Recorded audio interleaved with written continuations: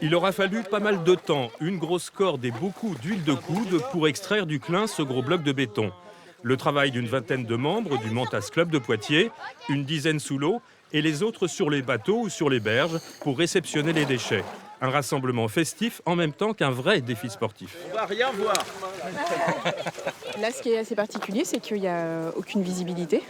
Donc on avance à tâtons et avec les lampes, on essaie de trouver, voir s'il y a quelque chose qui sort de l'ordinaire.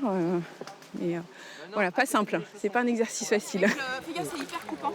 Du métal, des bouteilles, des assiettes, des planches, des canettes, des hameçons aussi. La pêche est malheureusement fructueuse pour ces plongeurs éco-citoyens. En tant que plongeur, on est quand même relativement sensibilisé à tout ce qui nous arrive par rapport aux dégradations des conditions dans les océans, etc. Après, voilà, c'était quelque chose qui était à notre porte. C'est convivial, l'endroit est sympa, c'est une façon de se retrouver.